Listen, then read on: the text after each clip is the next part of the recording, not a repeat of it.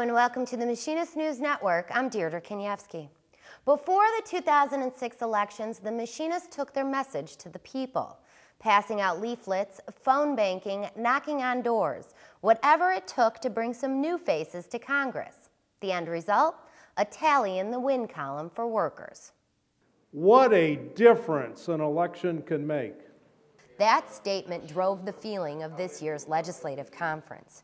International President Tom Buffenbarger thanked members for their hard work, reminding them that this is just the beginning, a great start to head into the 2008 elections.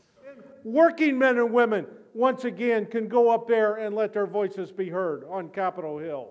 Our union and brothers and sisters from the field have testified more up here on this Capitol Hill so far this year than we have been allowed to in the last 2-3 years. That's the difference. It is no longer just a rubber stamp Congress.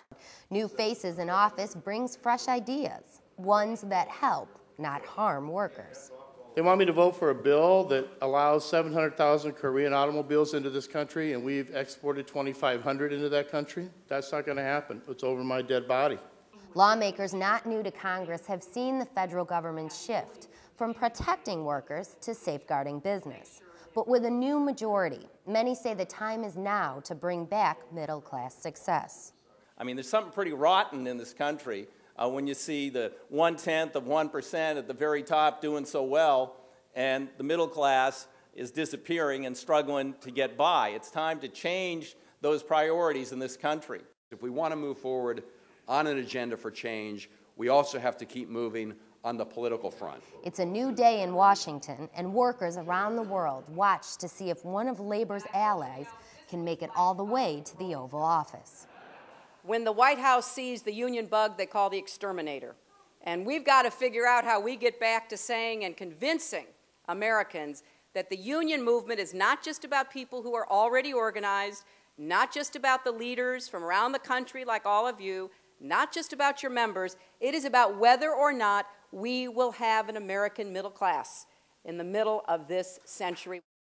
I have said that my first act in office as President of the United States will be to cancel NAFTA and the WTO and go back to bilateral trade. The great movements in American history, they didn't start in the Oval Office.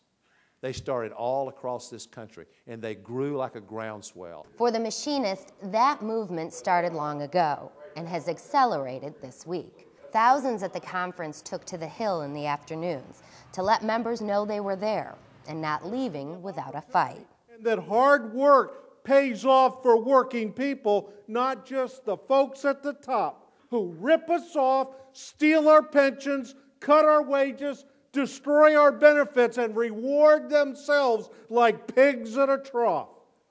The IAM's strong business relationships with certain companies helps on Capitol Hill. This year, representatives from Boeing and Weyerhaeuser came by to talk about items important to workers and corporations, giving the issue an even stronger voice, something organized labor knows all about. For more Machinist news, you can log on to goiam.org. Thanks for watching.